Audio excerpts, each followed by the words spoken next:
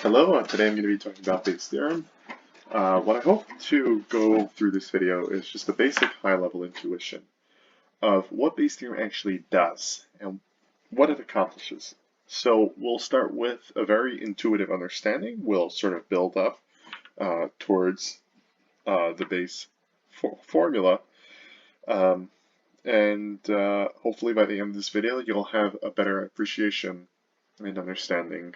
Um, yeah, let's just get into it. Um, what I'm going to do here is just first define really what Bayes' theorem is. Okay.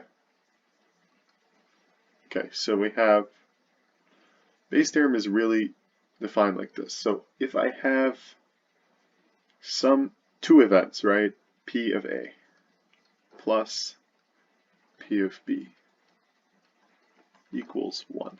So in other words, I'm saying that these two events are related, and the entire event space is A and B. So, there's no other type C, for example, that can happen. It's only A and B.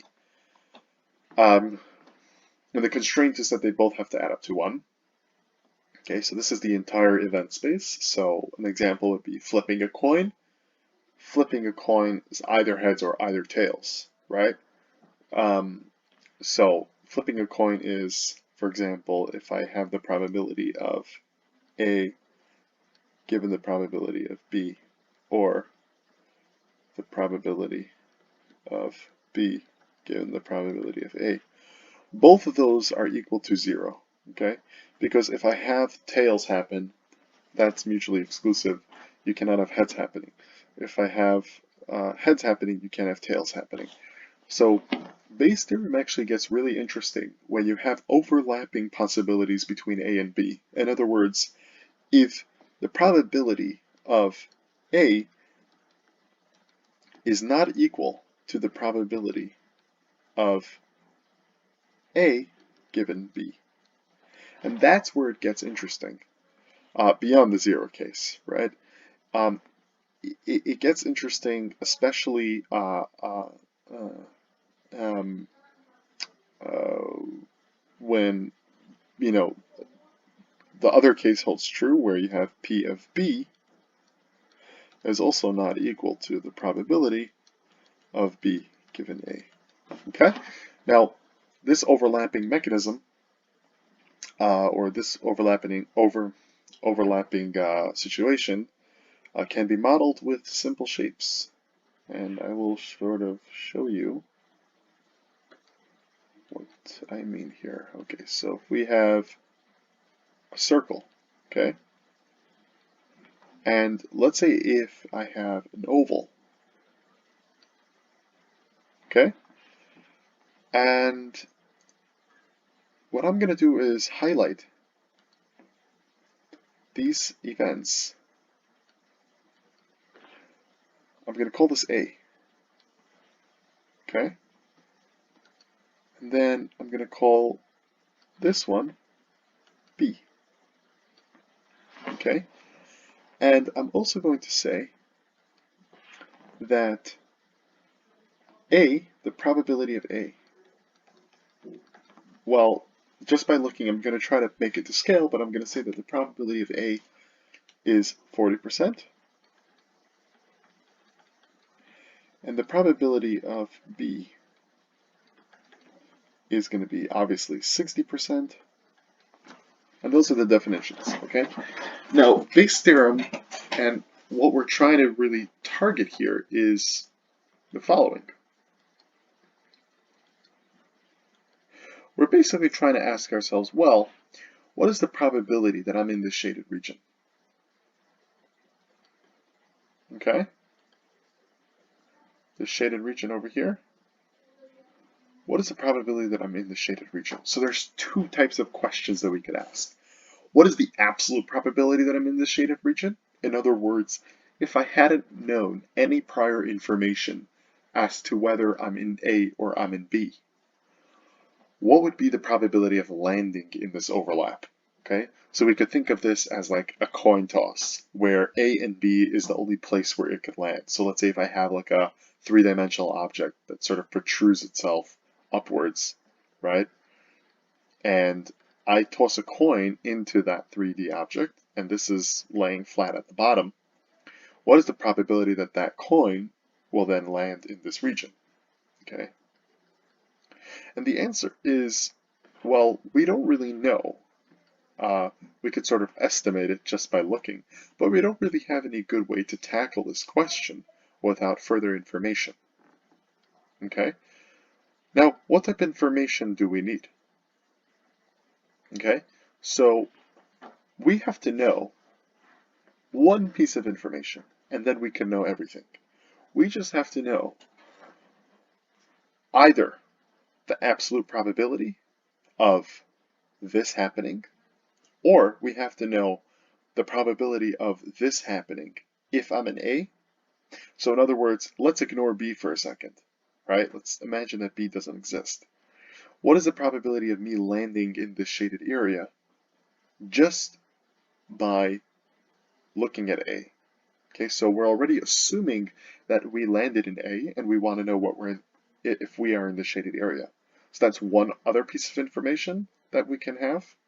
And the third piece of information is, instead of A, let's look at B and ignore A. Okay, so imagine B was the entire event space. What is the probability that we have landed in the shaded area? Okay, so we can approach this in different ways. But let's say, and what I want to do is I want to start with assuming that I actually know what the probability of me landing in the shaded area is, given that I know that I landed in A. Okay, so how do we express that? Okay, so the probability of me landing in the shaded area, in other words, having some overlap between A and B, given that I'm an A, which would be the probability of me landing in the shaded area given that I'm an A. Okay, so if I'm an A, what is the shaded area? Well, that's B. So it's the probability of me being in B given that A has happened. Okay, and we have to actually define this for ourselves in order to make further computations about the entire probability space. Okay, so let's say assuming that if we are in A, what is the probability of B happening? Well, this is, let's say, roughly 15%. Okay, so in other words, 0.15. All right, now how do we calculate the absolute probability? Just by knowing this piece of information, these three pieces of information. I know the probability of A, I know the probability of B, and I know the probability of B given A. All right, so let's start with this. Okay, so we know that the probability of B given A is 50%, but that's only if I chose A. So in other words, the probability of me being in the shaded region is sort of scaled, or it's relative to the decision of me being in A. But whether me being in A or not is itself a probabilistic event. So if we sort of scale this probability by the very probability that I'm in A, we can find the absolute probability of me being in this region without knowing any prior information as to whether I'm in A or B. So, in other words, if I take the probability of B given A, multiply by the very probability that I'm in A, that should be equal to the absolute probability of the shaded region.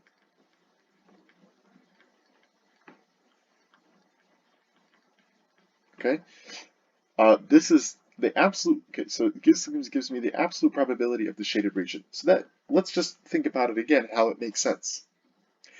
I am giving you the probability of me being in this region, given that I know that I'm an A, which is sort of a worldview only if I'm an A. But then we're multiplying by the probability of A to sort of tell us that let's step out and look at the other possibilities. So if the possibility of A was really small, then that will make this number even smaller, okay? So essentially, let's translate this into concrete numbers. We have 15% or 0.15 multiply. The probability of A happening is 0.4, okay? And this is just going to be 0.06 because 0.15 multiplied by 0.4 is going to be 0.06. So that means that the total absolute probability of this happening is 6%. That's very interesting. So we know that if I just have 3 pieces of information and I have 2 events, and these 2 events have overlap, and I have 1 piece of information of the probability of me being in the circle, which is 40%, or the probability of me being in the oval, which is 60%, and the probability of me being in the oval if I know that I'm in the circle, which is 15%. Using this information, we're able to calculate the absolute probability of me being in the overlap, in other words, me being both in A and in B, which is the overlap, and that is exactly 6%, as seen by this formula. Now, this kind of makes sense, right? Now, how do we express the same thing, but using different probabilities over here? In other words, using the probability of B and using the other conditional probability of A given B. So let's express that. So it's going to be the probability of me being in the circle given that I am in the oval, in other words, this shaded region, knowing that I'm in B, okay? Beforehand, we knew that we were in A. Now we know that we are in B. And just thinking about it, if I know that I'm in B, the chances of me being in this shaded region are much smaller because there's so much more opportunity in B, in other words, extra white space beyond the shaded region than there was in A, because the actual event space or the total possibilities that can happen in B is greater than in A. So we suspect that the probability of A given B is going to be a bit larger. But we don't know, it's going to be a little bit smaller, okay? Because the inverse of not being in this region, if I'm in B, is much greater, right? Because this oval is 60%, or 60% out of the whole, so it has extra 20% space. Okay, so we don't know this value. But we know that if we multiply this by the very probability that B happens, then we could find out the total absolute probability. Okay, and let's just walk through it again. If I know that I am in B, what is the probability of A? That's the shaded region. We don't know what that is, right? But whatever that is, if I want to find out the absolute probability of me being in the shaded region without the prior information, all I need to do is just scale that probability by the scale this probability, this conditional probability, by the event, the very fact, or the very chance of me choosing B. Now, we know this. We know this has to be equal to 0.06 because logically it's really the same thing over here. Okay? So this is going to be equal to 0.06. And what else information do we know? Well, we know probability of B is 0.6. Again, we don't know what P of A of B is, but we know that P of A given B multiplied by 0.6 equals 0.06. So, in other words, how do we find out what the probability of A given B is? Well, let's divide by 0.6. And let's divide by 0.6. And 0.06, just do the math here, 0.06 divided by 0.6.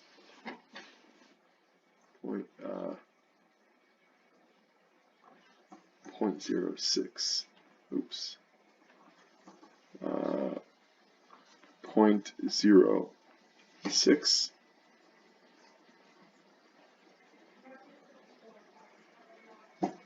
getting keyboard issues.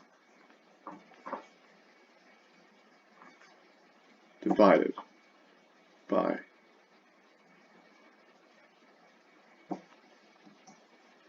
give me 1 second.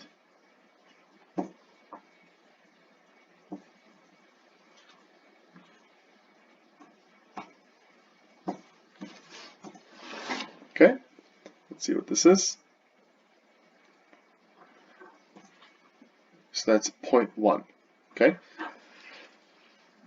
So this is 0.1 or 10%. Now, that's actually interesting, okay? Because we actually said that the probability of B given A is 50%. Now we actually computed that the probability of A given B is 10%. Now let's actually line them up together here. And this is actually very interesting, right? And we could even see visually that this sort of makes sense. Because if I'm an A is 40% smaller than B. So the overlapping region is the same, right? If I'm in B, the overlapping region is the same. If I'm in A, the overlapping region is the same. But if I'm in A, there's a larger chance of me being in the overlapping region just because of the fact that A is relatively smaller than B. Okay? Or the ratio between the size of A and the overlapping region is smaller than the ratio of the size of B to the overlapping region. And that's why you see this probability being reflected here, where if I know that I'm in A, what is the probability that I'm in the shaded region?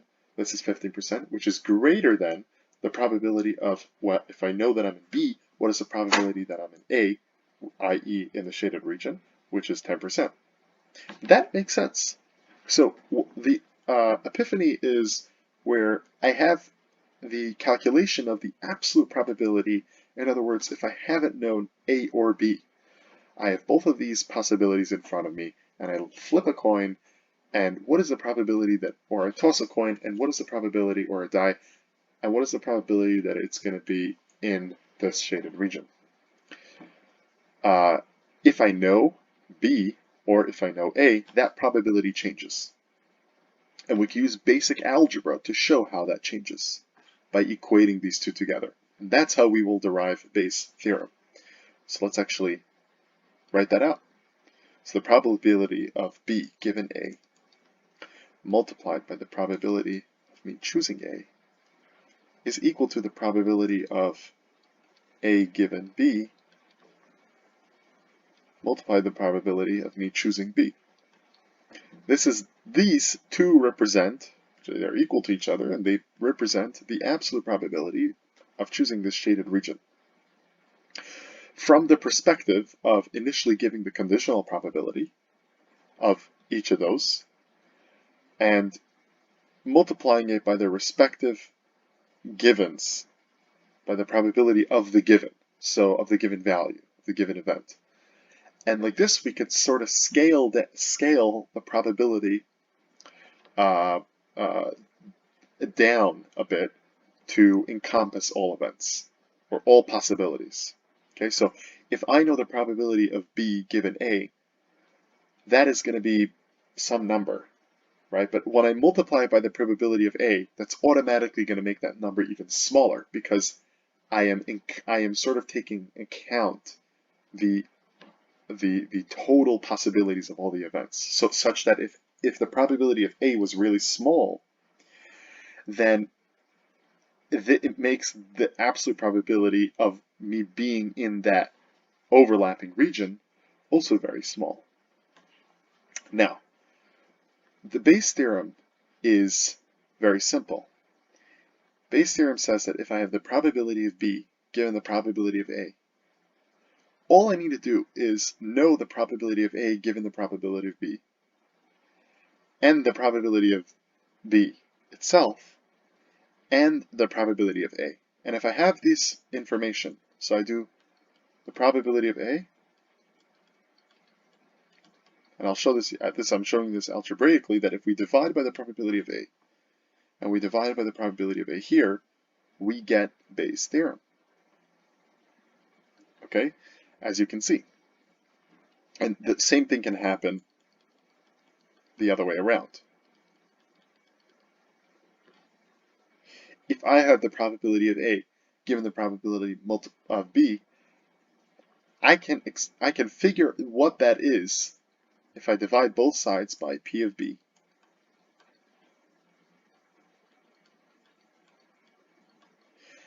And now the probability of A given that I know that B happened is the probability of B given that I know A happened multiplied by the probability of A divided by the probability of B.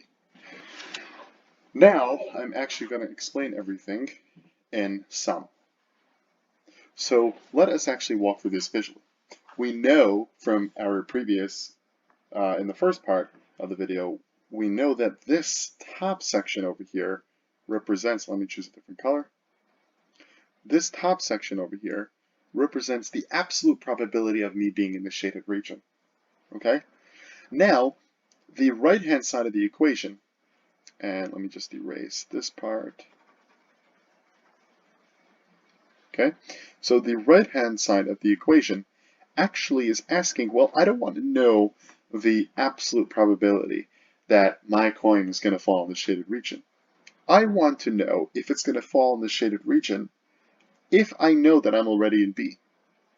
And how do we do that? So essentially, once we know the small probability that it will happen in this shaded region, and of all the possible events that can happen, right?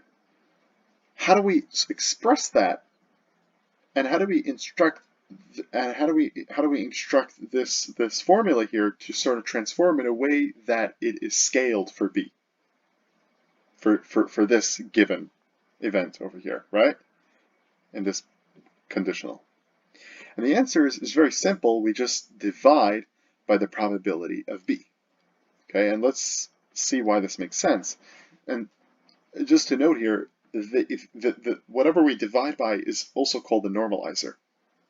Because instead of going from a global absolute probability, where I don't know anything about the events, I am dividing by the probability of B to scale that up to a probability that matches the scenario that had I chosen B, what would be that probability? And let's see how that makes sense. And note that the probability of B, given this original equation, the probability of B always has to be less than 1. So whatever B is, in this case the probability is 0.6. So we're going to scale this 6% and we're going to scale it by 0.6. And notice this is what we did here. But we set the two ways of looking at calculating the absolute probability if I knew the conditional, multiplying it by the probability of that conditional event happening, right? Which can be expressed by either either knowing that A happened or B happened, right? With those formulas, those two formulas here. Notice how for this case, where we want to know the probability of A given B, which this was Bayes' theorem, by the way, I just didn't mention it, was that we divided by the probability, we took the absolute probability of being in that shaded region, and then we divide by the normalizer, or the probability of B happening. And that scales the probability of that shaded region up to the very probability that we are in B. So it sort of paints for us a picture and gives us the correct conditional probability that if I know that B happened, what the probability of A is going to be this left-hand side, which is basically the top side is the absolute probability and the bottom side is the scaling parameter or the normalizer that sort of scopes or raises that absolute probability and raises it to a number that is relative to the probability of, or relative to, our choosing of B. Now, let's actually experiment with this. Let's imagine that B becomes very, very large. So if B becomes huge, okay, and I'm just making this visual here, if B becomes very big, So what happens is that, you know, the absolute probability is not 0.06 anymore, it's probably much smaller, right? But if I choose B, it's not going to really scale by much, because the probability of me choosing B is actually like close to 0.8. So it's going to scale this probability, it's definitely going to scale it, but not by much. Now imagine if the probability of B happening is actually much smaller. Let's say if it's scoped to this. One second. If it's scoped to this tiny little event, then the amount of overlap that this shaded region has with B is actually like 50%. But the probability of B happening is now so small compared to the entire event space. So A is more like 80%, and this is more like 20%. So the original probability, which was, let's say, 6%, again, all these values change. But let's say if it was 6%, that gets scaled by 0.2, which is essentially 5 times. So that scales this probability all the way up by 5, which is 30%. But again, like I mentioned, that this probability would also change. This absolute probability would also change if I change any of these parameters. So that's the idea, is that this is a normalizer that scales the absolute probability to fit exactly the scenario of only modeling what would happen and modeling and trying to calculate what is the probability of me being in that shaded region if I am in that region called B. And that's the normalizer. We divide it by that, and that scales the probability up a notch to be scoped to that event space and calculate the probability relative to the coin being in that area. So that's Bayes' theorem in a nutshell. It's really simple, and I hope this video provided some insight into that. Cheers.